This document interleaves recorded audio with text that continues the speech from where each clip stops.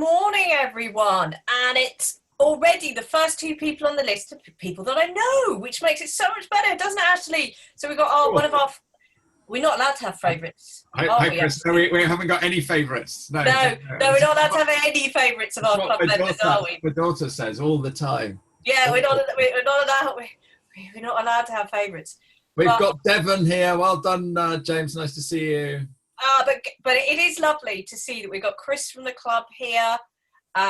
We've got Stuart from the club here. And Craig. Hello, Craig. How are you, man? Yeah, and we've got Coral from the club here. It's almost as if we've got a little bit of family, but we're not allowed to have favourites, are we? No, seriously not allowed to have favourites. Right. It's 10:01. I think we are late getting started. That needs to go on the report. Not good enough this morning. We were just talking about how I was having to be a bit of a headmistress to some of our members at the moment.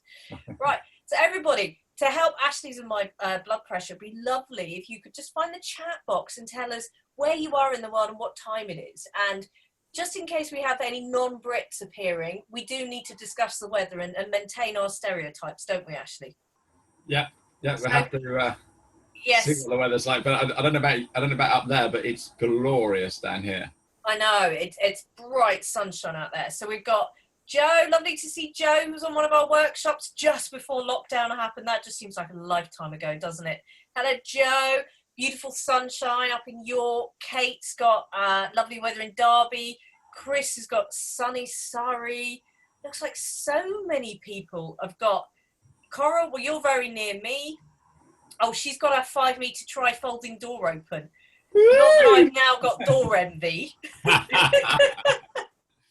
As I'm sitting in my little study looking out with the windows closed.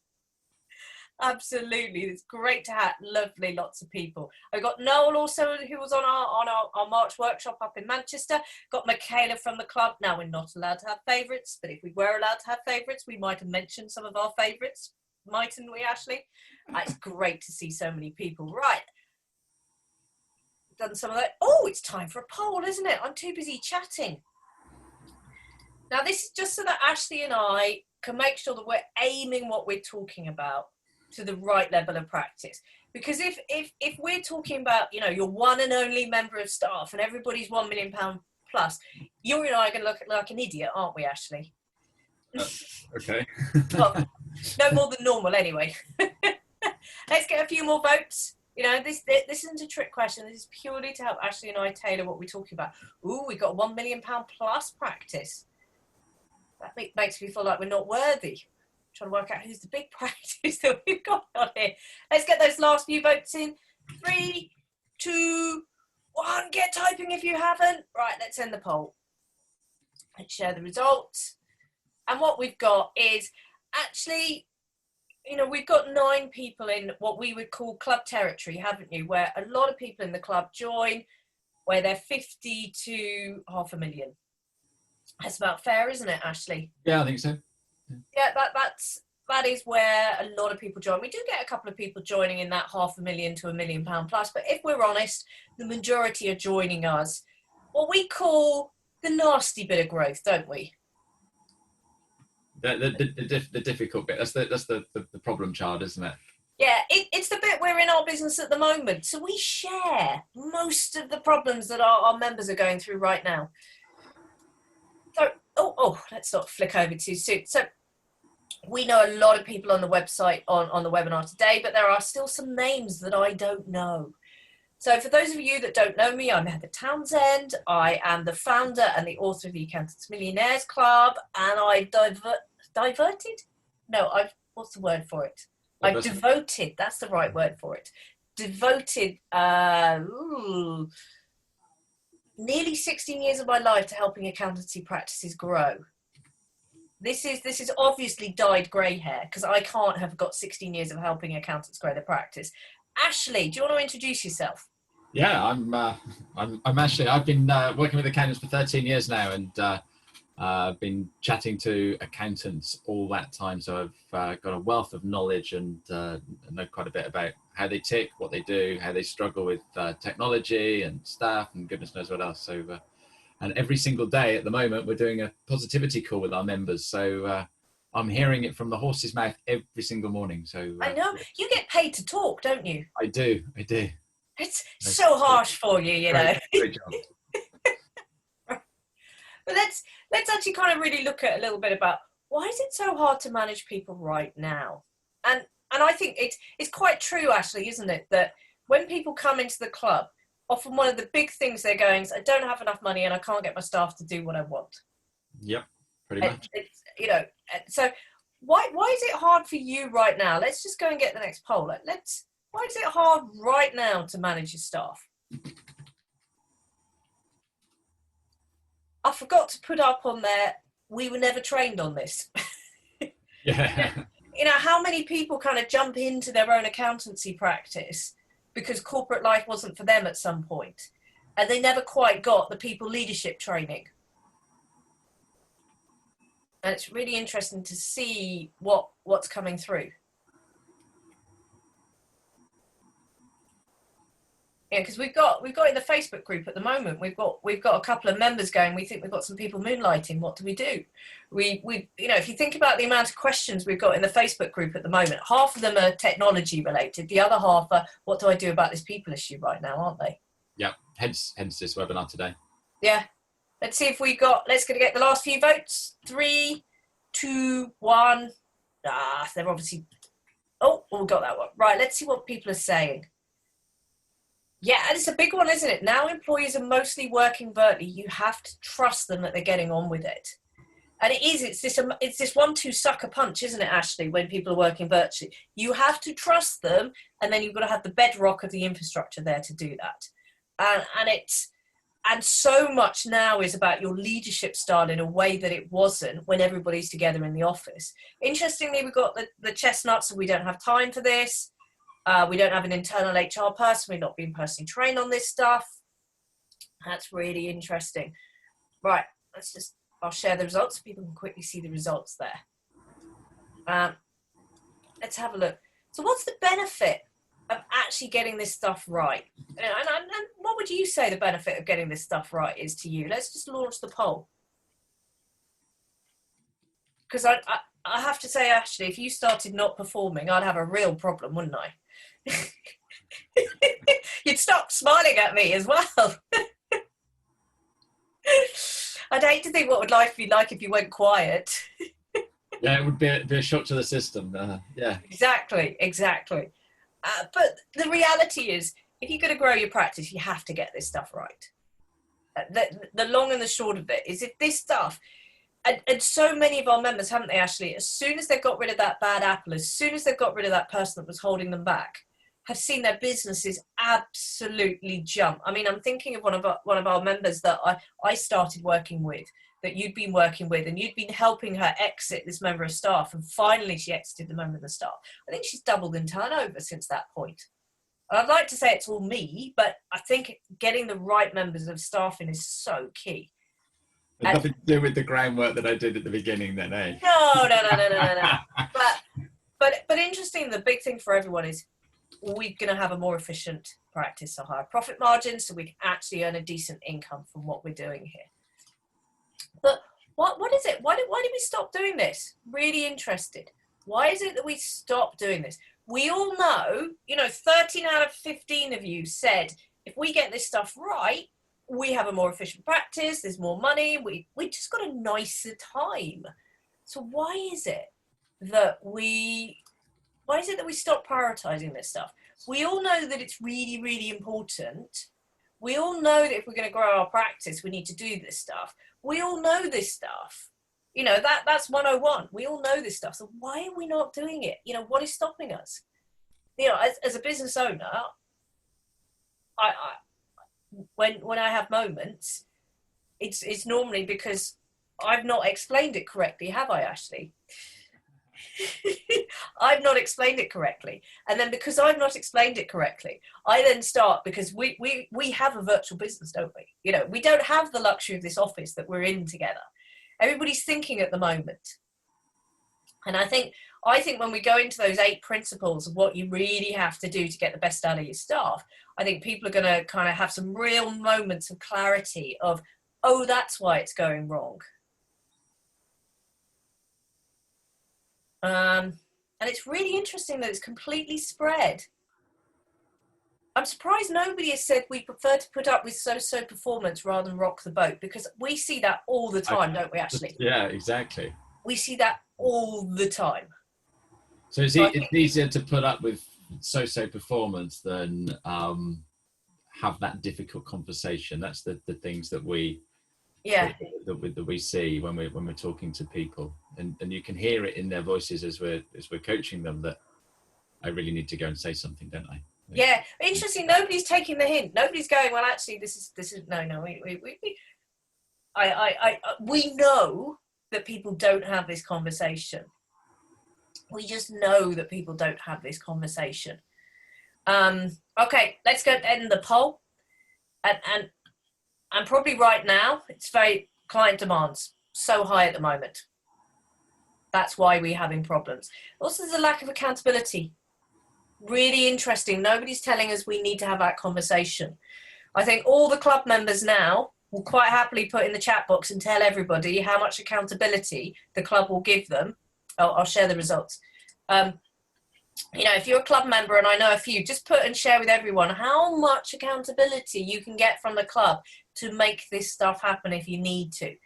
But so yeah, it's about that client demands, client workload is too high, don't have time for this, and don't know how to have the conversation, lack of accountability. That's really interesting, isn't it? Right, so what are we going to be covering on this webinar? And Chris has just told everybody the accountability from the club is massive. Accountability calls are what it's all about. So what are we going to look at in this webinar today? We're going to actually look at the key differences between managing a virtual team and having a team in the office, and what that means for your management style. Because the reality, isn't it, Ashley? We're not going back to offices quickly as a small accountancy firm, are we? No. And actually some of your team members don't. And interesting, Coral and Jonathan are trialing out using Monday.com with me in order to, as a project board, to keep them focused on what they're doing. And she said it's brilliant. It's the first thing she opens each morning, and it's keeping her really aligned to what she needs to do and where she needs to do it. Did you hear that, Ashley? Monday.com is really good. Yeah, no, I know. Remember. We're also going to look at the 8 golden rules that need to be top of mind. And actually, looking from what people are saying, some of these golden rules will make it a lot easier to change how your people are performing. We're also going to look at some of the practical stuff. How do you turn around a low performer without having to pay a large amount of money to an employment law specialist? Now, we have some good friends in the club that we carefully place with our members on very quiet occasions, but we can help with that conversation. But also, how do you have that no confrontation way to get them shape up or ship out? And we're also going to talk about everything's easier if you don't recruit in the wrong people. Often we make it hard for ourselves because we want to put a bum on seat. Oh no, so-and-so's left here. We've got to put a bum on seat. And just put up your hand if you can relate to that you've done in that past, if you've recruited in quite quickly because you know that you just need someone to do the job. Just put your hand up. Absolutely. Heidi's put her hand up. Gavin's put his hand up. Jonathan's put his hand up. Absolutely. Michaela, Stuart, we've all done it. I'll put my hand up. Whereas, actually, what's the one thing we do in the club to stop me hiring the wrong person? When do I get involved in the recruitment process? Right at the very last bit to tick the box. Yes, exactly. Because the problem is, what happens if I get involved right at the very beginning, Ashley? They get the job. Yes. Which is fine when you interviewed me. I'm happy with that. Yeah, exactly. You've got to have a decent process. Yeah. And also, as a business owner, very often, that we just want to think the best of people. We're naturally optimistic. That's why we went and ran our own practice. So the agenda, we're going to look at those 8 key principles first. We're going to look at leading that virtual team, how to make the right recruitment decisions. We're going to look about that. How do you set the clarity? Because actually that clarity is absolutely key for this. And more often than not, the reason why we have a low performer is due to that clarity. We're then going to look at how to have that conversation about low performance, and then how to get rid of things quickly and legally. Things? People. They're not things. You can tell that we don't get rid of people in our business that often, don't you, Ashley? So, what do you want to find out in this webinar? Jump onto the chat box, please. What do you want to find out? Because we will try and answer those questions. What do you want to find out? This gives me time to have a quick swig.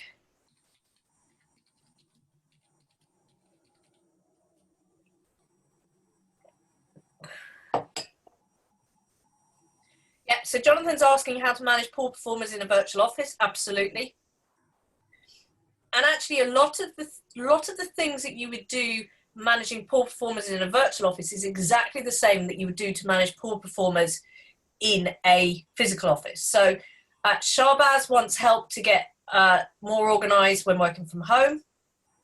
Not quite sure how we're going to do that. It's very much about performance of others.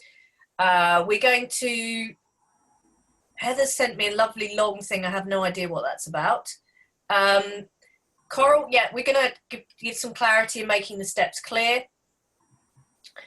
Heidi wants to know how to keep a member with potential who's performing low without losing them. Absolutely. Claire wants tips to helping the team develop and grow. Joe's seeing a lot of admin time via timesheets. Should we be imposing a minimal chargeable? Interesting one. I think we'll save that on to the end. Michaela wants to know how to create workable targets to grow employee role. And Gavin wants to know KPIs. Yeah, we're going to look at some of that. So we're going to look at first these 8 core principles. Now, very often when we start talking to a member, what we hear is, oh, they're lousy, they're poor, we can't get anything. How do we, they're crap. And actually, people don't start and set out to be a low performer, do they, Ashley? No, definitely not. No, everyone, when they join their business, starts with the intention of being good, because nobody sets out to make their life miserable. We just don't. So we've got to, one of the things that happen is there are 3 things that mean that we get people going down that poor performer route. We've got situation and environmental factors. So, Ashley, what happened so we set up a new project management system called Monday.com. Ashley, what happened when I told you were going to have to use it? I was a little bit upset. Yes, but you couldn't log into it, could you, to start with? Well, no, exactly. And often it's these really simple situation environmental factors that we don't get to grips with. Because you're not a poor performer, are you, Ashley? Definitely not. No, but I could have taken the decision that, oh, Ashley's just been crap. He's just not doing what I wanted him to do because he wanted to use Trello. Nothing of the sort. Actually, we've got to look at leadership, culture, and the environmental situation factors before we designate somebody as a poor performer. But at the moment, we've got additional things. We're hearing quite a lot of our members saying, I had some great performers who are now working from home and they're crap performers. So we've got to remember that we've got a very special time where we've got to actually understand particularly one of those situation environmental factors. Do they suddenly now have home distractions where they're trying to balance children at home and work? Maybe they've got noisy housemates or a noisy home working environment. Maybe their home's not set up for work. Maybe they've got slow broadband or they've got teenagers nicking the broadband for streaming Minecraft in a collaborative mode. Not that that's painful for me. How much is, because your daughter's now working from home, how much of your bandwidth is she nicking, Ashley? So how much of the bandwidth is your daughter nicking? Or we're fortunate. We've got enough bandwidth here, but yeah, she's not doing Zoom calls. But yeah, it could be an issue, couldn't it? And actually, we've got to help our team members create a new normal when working from home, and that's a learning curve, and it takes time. So the first thing you do when you start going, I've got a poor performer, is actually think about what has happened. What has actually happened? Oh, I do have a picture there. It's grayed out. Is the next key principle is, and this is about the leadership thing, is we get the team we deserve. The culture of your firm is determined by the worst behavior you will tolerate. So let me remind you, the culture of your firm is determined by the worst behavior you will tolerate. So translate that. If you don't say something to your team member they're not going to change it. Because we learn from each other. Well, if so-and-so can get away with that, I can get away with that. If so-and-so is late with their timesheet, I don't need to do that. If so-and-so doesn't tell you about what they're going to bill at the end of the week, well, I don't need to do that because there's no consequences. We look at each other. Well, what does the boss tolerate? And actually, you've seen that. There's some stuff that I will say, we have to do this. And then I don't talk about it, do I? And you're like, well, if it's not important, I won't talk about it. Oh. So we get the team we deserve.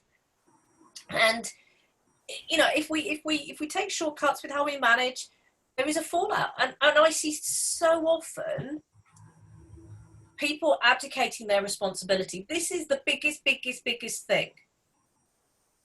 As soon as you get a member of staff, whether they're freelance, whether they're permanent, whether they're temporary, whether they're agency, whatever basis, whether they're a virtual assistant, etc., their performance is your responsibility. That even goes to the suppliers that you use. Their performance is your responsibility. And actually, as soon as you bring on somebody else into your practice, your number one priority is now making sure, one, that you have provided the environment to help them succeed.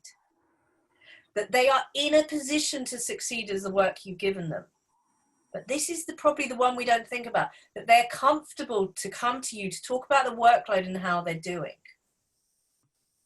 And interestingly, you kind of waved a white flag at me, Ashley, didn't you? You put time in my diary and said, we need to speak about your workload. Translation, Ashley's workload.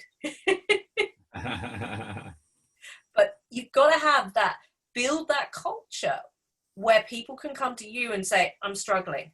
They can come to you willingly and go, I'm not sure what to do about this. So the other thing is we often have a mindset that it's up to the team member to have full responsibility to perform. And that leads to abdication of our responsibilities. Actually, if I don't give you a target of how many new members I want in the club, you're like, well, I've done enough, aren't you? No, come on, you know me better than that. No, but when you're busy, but it's interesting when I give you a target, I suddenly find it gets hit. I do. And we've got to remember that our team members are busy. So if we don't tell them what they want to achieve, we're leaving the gap that may not happen. And often, how many members do we get that join us when we go, you've actually got a holiday camp culture rather than a high-performing culture? But it's true, isn't it? There's no consequences if stuff is not done to time or the right standard or using the right processes. We say to people, well, you want the daily huddles done. You want that daily operational meetings done. Are you attending them? Oh, no. I'm off here, there and everything. Well, it's like, well, if you're not attending them, who are you giving the responsibility? Oh, I hadn't thought about that. I just thought they'd do it themselves.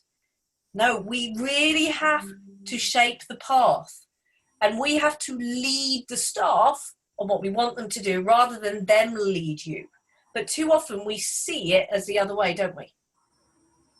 How often have you seen it, Ashley, where we've seen the staff leading the owner? Yeah, loads of times.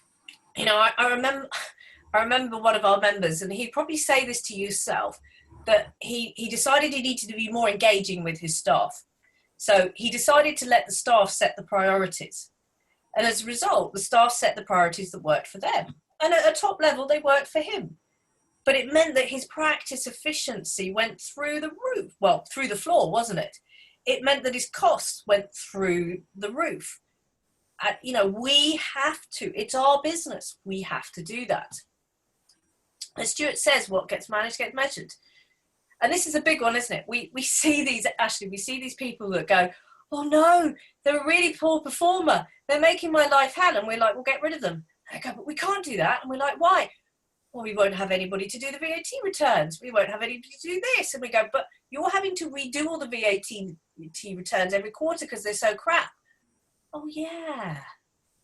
So, the big thing is, if they're a long-term low performer, then you haven't lost anything if you leave. How many members, Ashley, have we spoken to who've got rid of a long-term low performer and said, it's amazing how much happier the place is? Yeah, definitely. You know, and sometimes often the reframing of this is actually the opposite. The longer you keep a perennial long-term performer and don't sort them out, the more chance that your best performers will leave, because they can see they're carrying the poor performer. Right. And interesting, we see this as a firm owner. We know the shortcuts. We know where we can safely ignore some of the rules and regulations, but our staff don't know this. And also we don't want them to do that. So we often underestimate how much we actually know and how long it takes for somebody else to do it. You know, and actually, you know, if you want them to document them what they do properly, have all the notes done properly on the working paper, that takes a lot of time.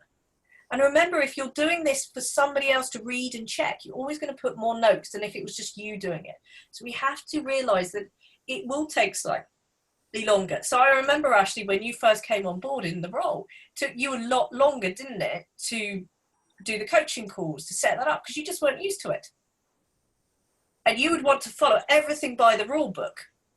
And I would tell you, yeah, you've got to do that, because when you've got the experience, you'll know which rules to break. And you now break the rules, don't you? A few. Just a few. But you know now which ones to break. But at the start, you went through the diligent process every single time. And we often think, oh, I'm getting a new member of staff in, they can hit the ground running. Well, actually, no. If you bring staff in with this sink or swim mentality, then they're going to struggle. You're wasting a big investment. Everyone, no one is a mind reader. Everyone has a learning curve, however good they are. You know, the best staff will have a very short one, but you've got to expect when you bring somebody in that they will need some support. If you don't tell them how you want stuff done, if you don't tell them the rules on how to do it, they can't read your mind. You're bright, aren't you, Ashley? You're really clever. Can you read my mind? No. Would you want Anyone? to? No. Because Lisa got a bit of a shock when I started downloading my mind onto our practice management system, so we were keeping all of our conversations in one place, and she was like, oh, you've got that much going on. But also, we want to hire for attitude first and experience skills second. You know, people need to fit into your team and get your why.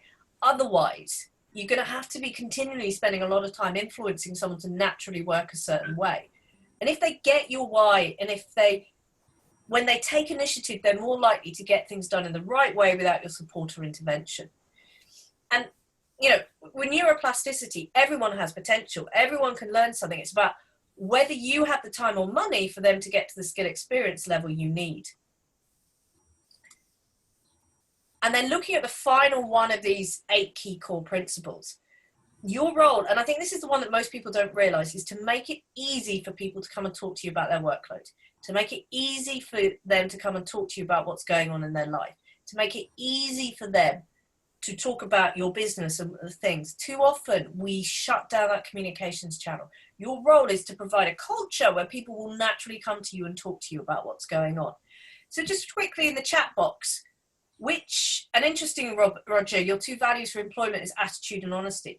Which of those 8 core principles really resonated with you as perhaps that was where you need to look at for your practice? Which of those 8 core principles? Or maybe what kind of really penny dropped with all of those? Because this is the core foundation of actually making sure that we don't get the low performers in the first place. And everybody's thinking now, aren't they, Ashley? Yeah. This is where you panic, isn't it? Yeah, it is that. Is anybody going to talk to me? And Heather's talked about trust. Heather's talked about trust. Yeah, you have to build that trust. And that trust comes from a leadership position.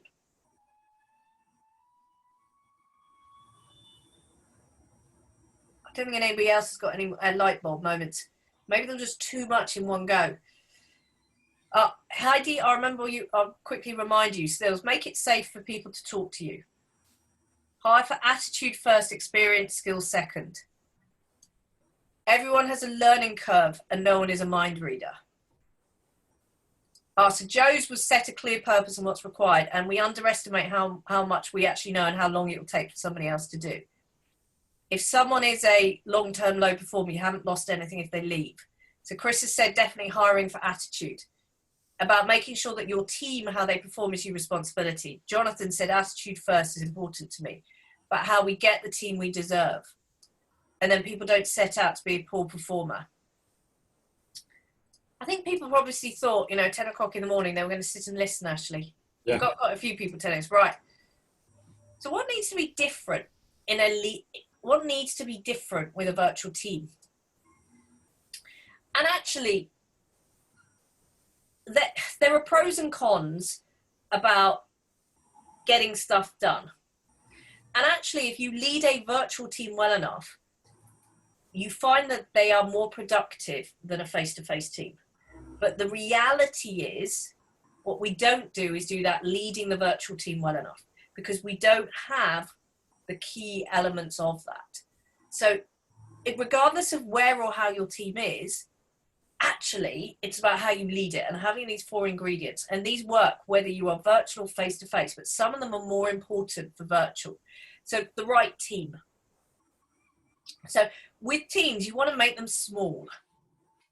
As soon as when you've got a virtual team with more than 5 or more members, you start to get something called social loafing, which is where people feel less responsible for the output and it gets harder for inclusive communication.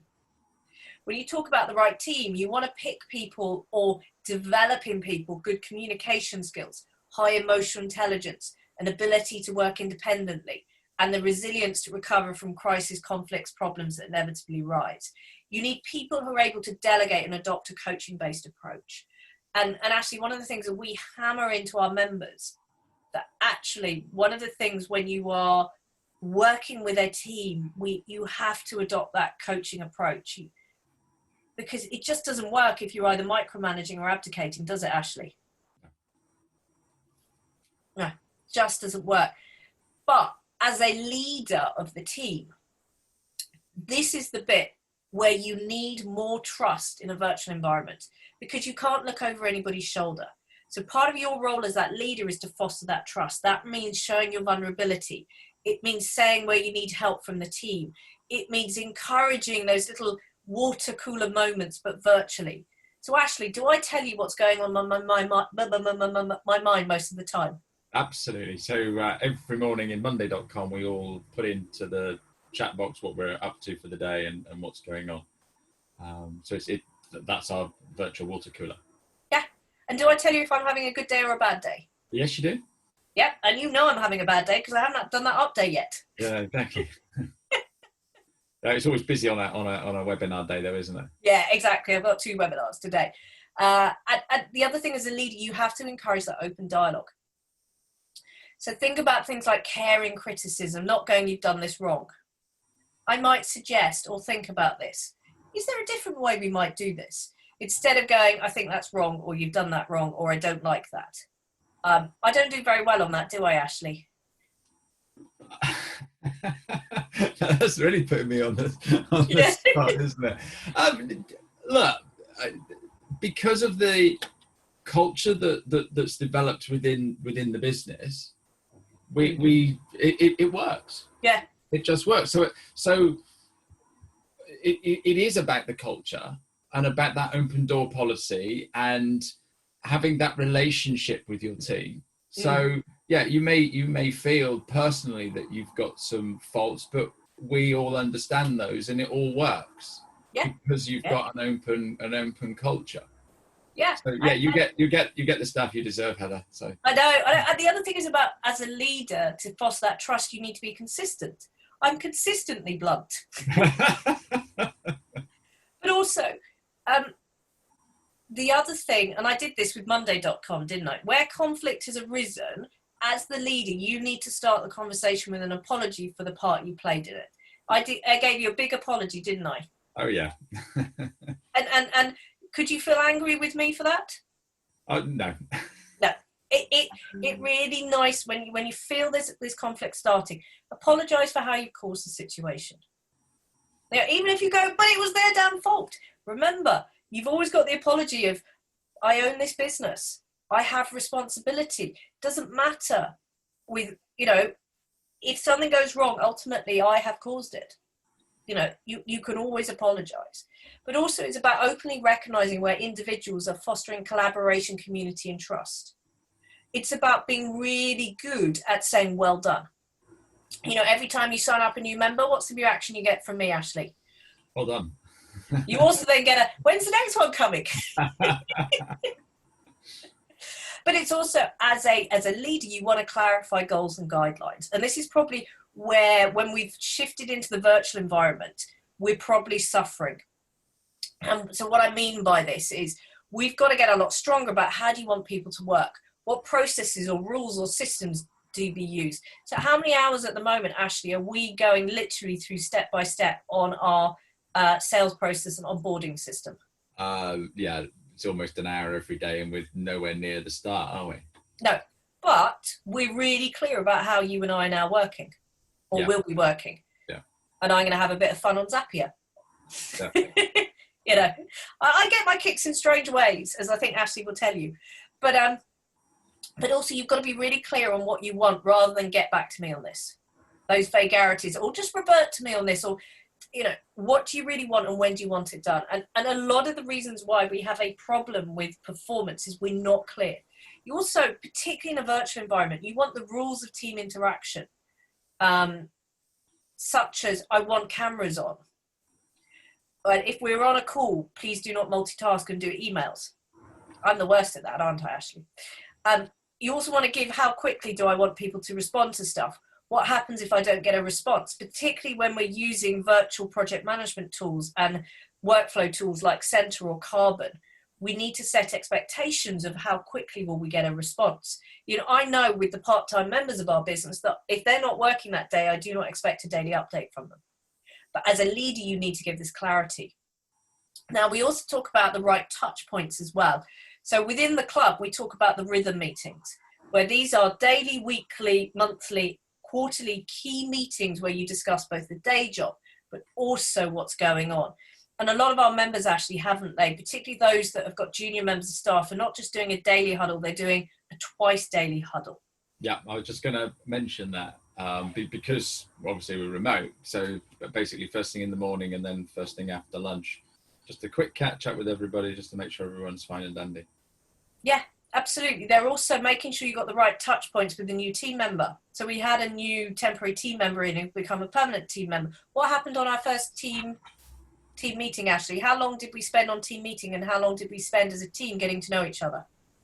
Nothing on team meeting and all about gelling. Us as a team, what we like, our values, what we like at our best, how people act, all of that sort of stuff.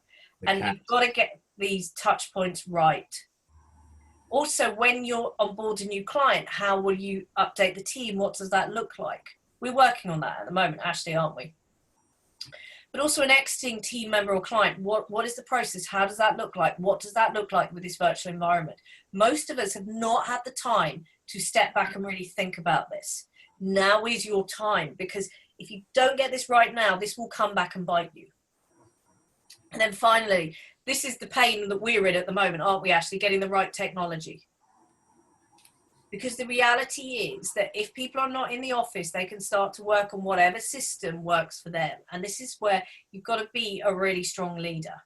And ideally, you're wanting to put the task management aligned with the comms channel, because it's really easy to see the conversation along with the actual task. But you also want to set up the comms channels where there's no actual task involved. And it's making sure that you reduce the number of systems so you have a single source of truth. But sometimes you might have 2 or 3 systems, because we're debating where do we do our CRM before and after someone becomes a member, aren't we? Where do we do our actual management of member tasks and member communication? So we're doing that at the moment between you and I, because we're the key people in that conversation. But this is about you and the team getting really clear on what do we use and how do we use things. So what does this mean for you as a team leader right now? So as we've just been talking, it's really important that you have to say, this is how we're now going to work virtually. You've probably already done that to a certain extent, but probably how many, just put your hand up if you realize you now need to spend more time on this. Put your hand up. Absolutely. Chris, Kate, Sharbaz has, Jonathan has, Heidi, Coral has, absolutely. Joe has, James has, absolutely. Gavin has, James, absolutely. You have got to lead that. And actually, Ashley, we've always been a virtual business, but since this, have I stepped up my communications to the team? Yeah. And that's because we're in a time of uncertainty and turbulence. So it's actually important. And you run the business, so stop scrimping on, oh, well, we'll cut down the number of user licenses on this bit of software and you can save it. You know, it's no good if people can't use the right tools. We're going to hit performance. Now, one of the things, we see this a lot, don't we, Ashley, is this upwards delegation, where what happens is, so a team member says, I can't do this. The owner then goes, all right, oh, don't worry, I'll do it. Or they go, oh, you just do it this way. Don't worry, I'll do it. And what you've got this upwards delegation. And we train our team members in that we train them to be helpless, don't we, Ashley? Yeah. We train them not to have initiative by going, oh, look, if you get stuck, come and come and talk to me. And then we just blurt out the whole answer. What we actually want to be doing is training them to take the initiative. So we still want them to come to us, but we want to adopt a coaching approach where you go, what have you considered doing? Who would you ask if I wasn't here to do that? If I was in a client meeting, how could you do this by yourself? And so what we want to do is get quite curious about, well, how do we do this if I wasn't here? What would your instinct tell you to do? Who would you go and call? And actually get them to talk you through how they would do something. And then ask them to go and do it again. Now, of course, this means that you want to have time on your side. That means you've got to have your workflow planned. But this is absolutely key, giving them a clarity of how much do I want to be involved and when do I want to be involved. And actually, Ashley, do you remember when you first joined, I was involved at every touch point in the sales process, wasn't I? Because you'd ring me up and go, I booked a growth accelerator call. And I go, that's great. Now what do I do? Yeah, now what do you do? And you go, oh, someone's booked 15 minutes in my diary. What do I talk to them about? Do we check in now when you've got a growth accelerator call? No. No. I trust you. And the key thing is everybody's on a journey. So as your staff get more and more experience, you can reduce the amount of time you need to spend with them. So how do you make the right recruitment decisions and save a lot of heartache later? Because let's be honest, actually, you have a lot less low performance if you don't make bad recruitment decisions. I remember a former client who had a member of staff who turned around to her and said, well, I've got my ACCA now. I need a pay rise. And we all turned around to her and said, you can't give her a pay rise. She's not performing at that level. She's not doing this. She's not doing that. And actually, one of the things we've got to do is we've got to let people know what levels need to be hit before things like pay rise happens. You know, you could put fancy words like a results-based work environment, but actually set the expectation of this is what will trigger a pay rise. But when we go into hiring, we normally only look for skills and experience. Or we need them to be qualified AAT, or we need them to have their ACCA or part qualified. You know, put up your hand if that's the first thing you think about when you're hiring a new member of staff. Nobody's put their hand up. That's good. Oh, Emma has. It's all right, Emma, you're being honest. Too often, the first few things we think about is the skills and experience. We don't think about, well, actually, what is the fit we need? What is the attitude we need? You know, and subconsciously, when you came on board, Ashley, you knew I was looking for somebody who was very different to me, didn't you? Mm. Now, that wasn't in a, oh, they've got to be this, this, and this, but at a subconscious level, we knew that we wanted somebody. But we also made sure, and every single member of the team, we asked them, what are their values? We also asked them how those come out in their work life, because it's really important to us that there's a good alignment of values. And one of the values of our business is loyalty and integrity. You know, we talk about this. We're doing the right thing. What is the right thing? And you'll often hear me say that, look, this is a difficult situation. What's the right thing to do here? It's a phrase, isn't it, Ashley, that we use a lot in our business. And it's the same when you're thinking about who you're hiring. You know, you've got to make sure that they've got that same values. But I see this often. We hire apprentices because they're cheap, but we're not prepared for the amount of supervision they need, the huge learning curve that they're going to need before they become valuable. We're just not prepared for that. And interestingly, when we come to a recruitment decision, we often go through this process. Oh, someone's left. Right, we have to replace them exactly. Have you seen that before, Ashley? Oh, I've lost a client manager, so I need another client manager. Actually, the first thing you've got to do is go, well, actually, what do I really need? And I remember a former client, they brought in this client champion, admin type, face of the business, and they deliberately didn't go for an accountant. They went for somebody that was a real people person. Now, it didn't work out because he actually had some medical issues that meant that he was incapable of coming into work. And the first thing they did in that practice was they went, right, well, it didn't work out because they weren't an accountant, and so we've got to have an AAT level 4 in that role. It was nothing to do with whether he had AAT level 4 or not. It was the fact that he had a medical condition that he lied about. And often we go, oh, well, it didn't work out, so we have to have the exact opposite. And then we kind of go, one of the things we have to realize is that often an individual's strengths become their weaknesses. So do you remember, Ashley, you said to me, I'm overwhelmed. And I said, well, what are you doing? And you said, I'm talking to all my members. Because your biggest strength is you're such a great account manager and you love talking to our members. And so you said, right, everyone, here's 15 minutes in the diary.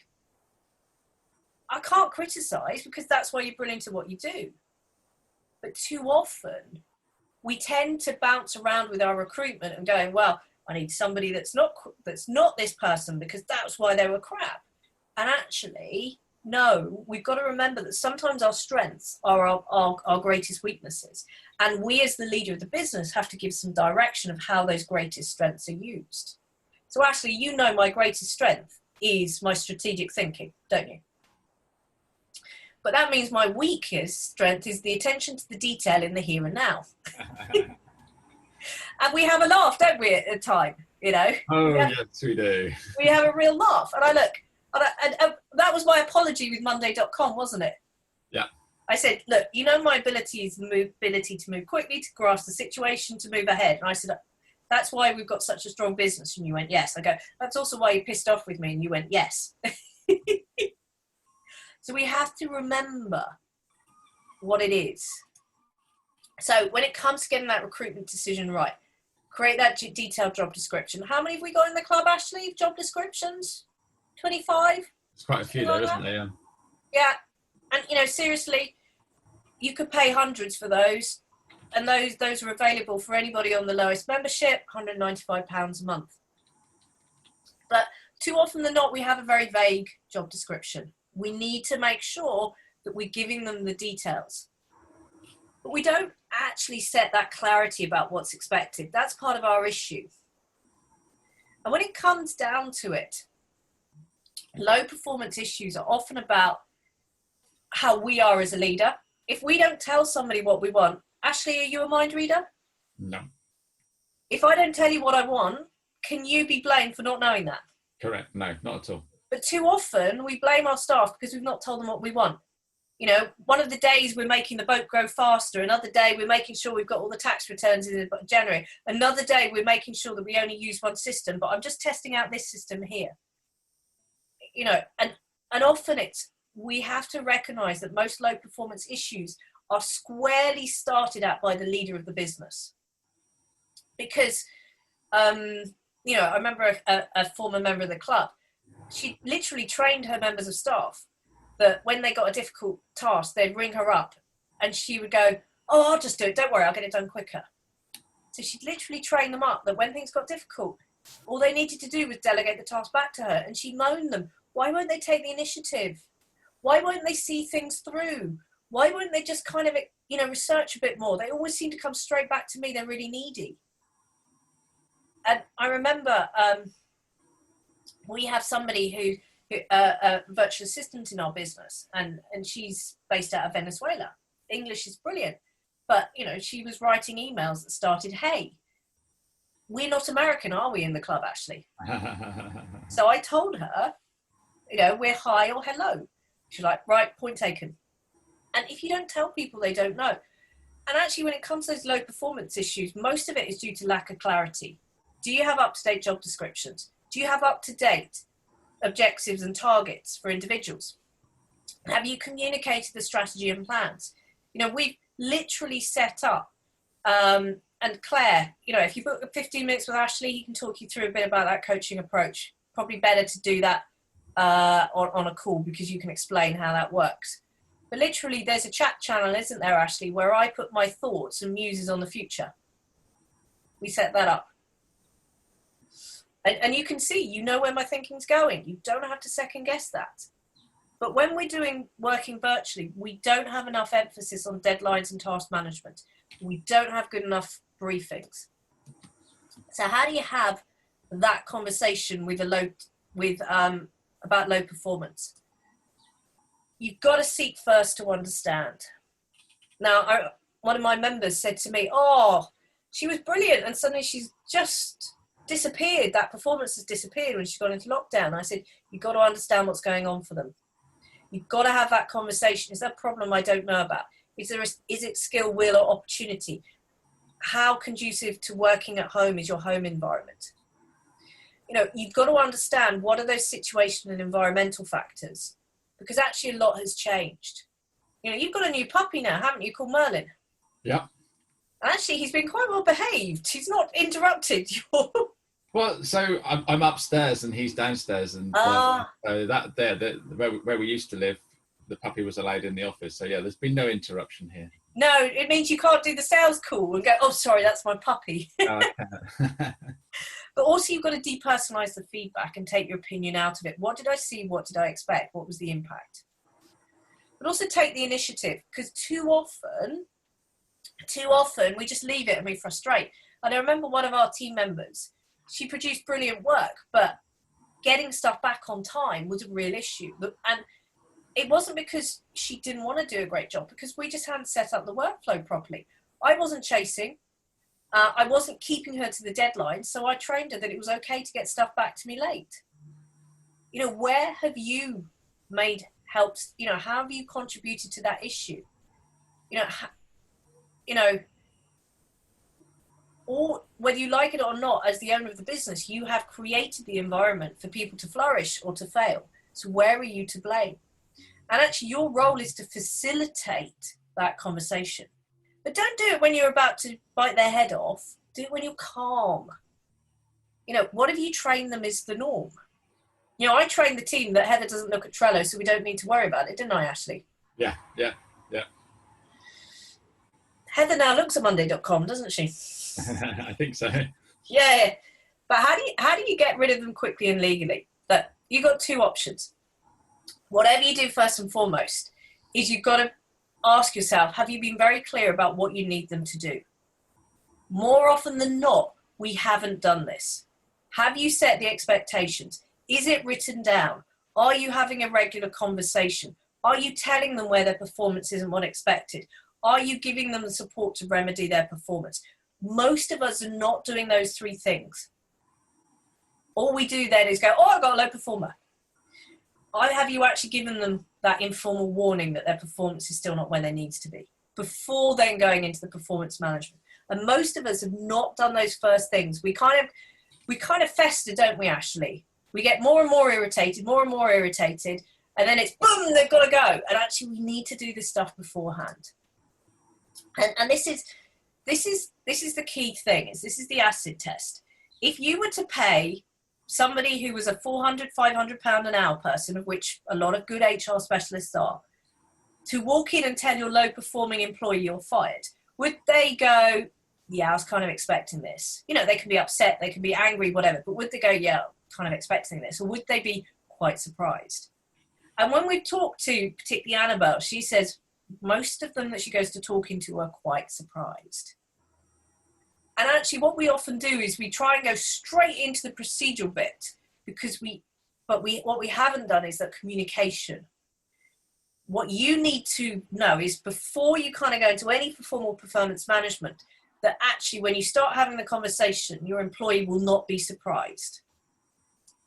So it's two options. When you get to that point, pay the money, compromise agreement, You don't have to prove poor performance. There's no implications. They go quickly. It's expensive. Or you can do the formal performance management. So I just want to talk about the 8 principles. Not the 8 principles. What have we talked about?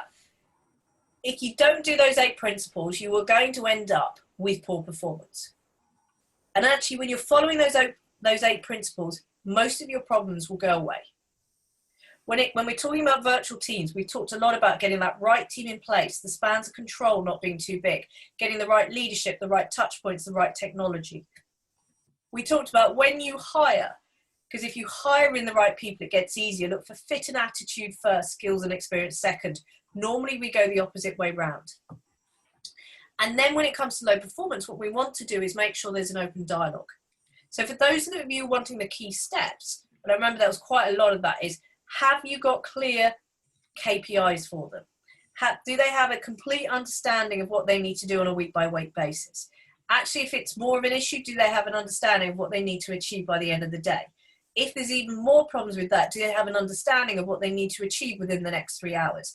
Is there a conversation with you to help them with that? And when you're getting into the really poor performance, you need to be speaking a couple of times a day about what they're doing, how they're doing it, where they're up to it. And actually, there should be no surprise when you get into formal performance. So actually, so we've got a couple of club members at the moment. I'd love it for how's the club helping you right now? Because I know we've got Jonathan, we've got Coral, we've got Michaela, we've got Chris, we've got Stuart, we've got Toyosi. If you feel able, just into the chat box, just tell everyone, because it's more powerful if it comes from you rather than us. Just tell people, how is the club helping you right now? What is it doing right now that is really helping you? So Chris has said, morale, support, and keeping things real. We had somebody, didn't we, who attended what we're now calling the daily power-ups, not the daily positivity calls, the daily power-ups. So Jonathan's just said monthly coaching to focus and keep you on track. Coral's loving the fact that she's getting the support on looking at getting the tech right and right now. Is we had a member, didn't she, that she thought a client would never pay her fee level, didn't she? Yeah, a new member just started with us. Yeah. She came into the call yesterday. She said, I am suffering from imposter syndrome.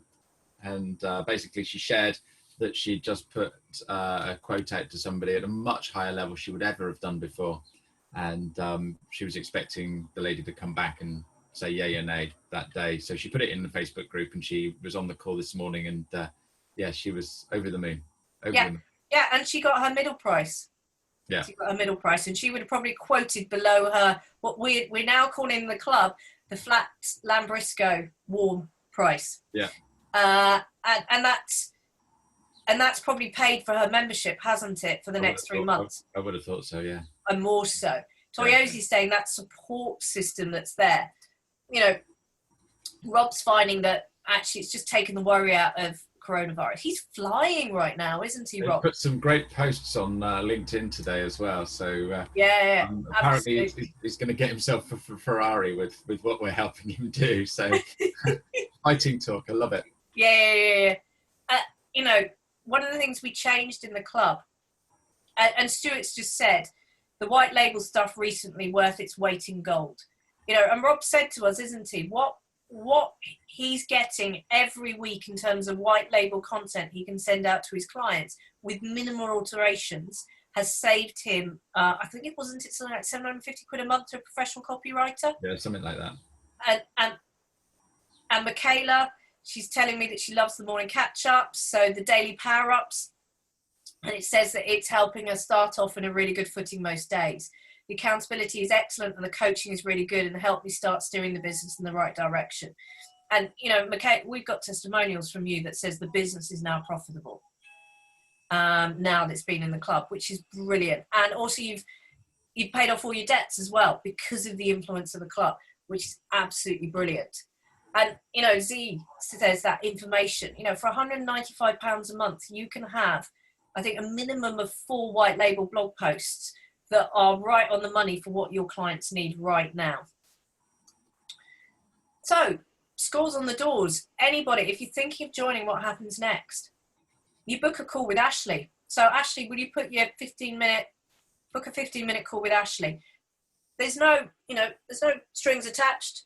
Ashley will have a bit of a chat, understand what you're trying to do, see whether the club can help. If the club can help, we'll then book a growth accelerator call.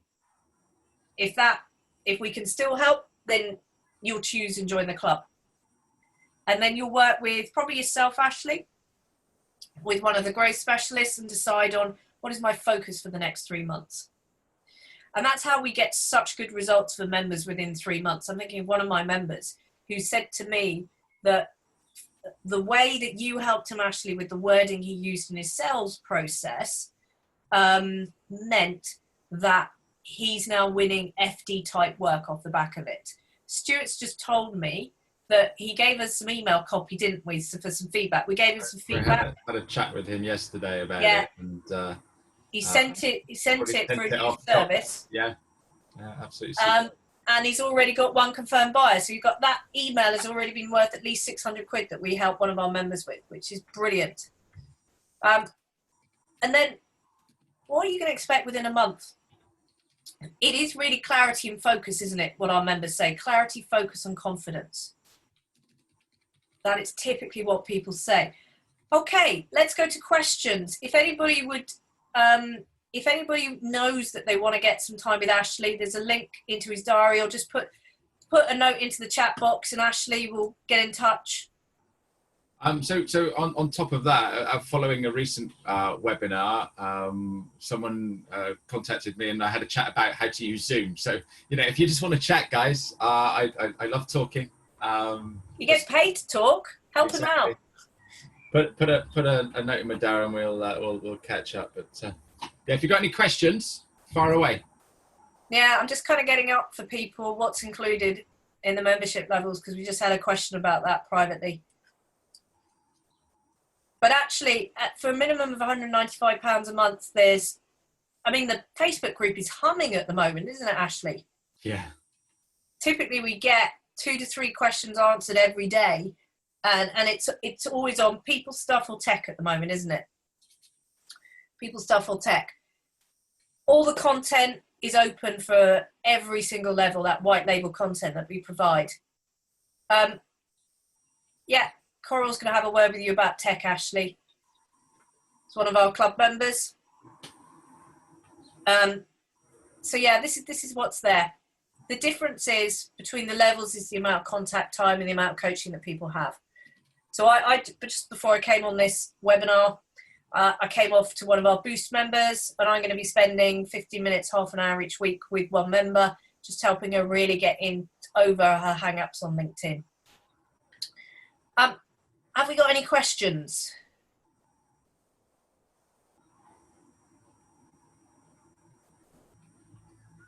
Don't think we've got any questions, Ashley. No, it doesn't look like it. Obviously, you covered everything you needed to cover. So, yeah, well done. Well done. Brilliant. Thank you very much, everyone. Have a good day. And Claire, glad to see it was useful for you. Chris, we love working with you. As I say, we're not allowed to have favourites, but if we did, you'd be in our top selection. So that's brilliant. Yeah. Thank you, everyone, and we'll speak with you all soon. Thank you, Michaela. We love you too. Bye.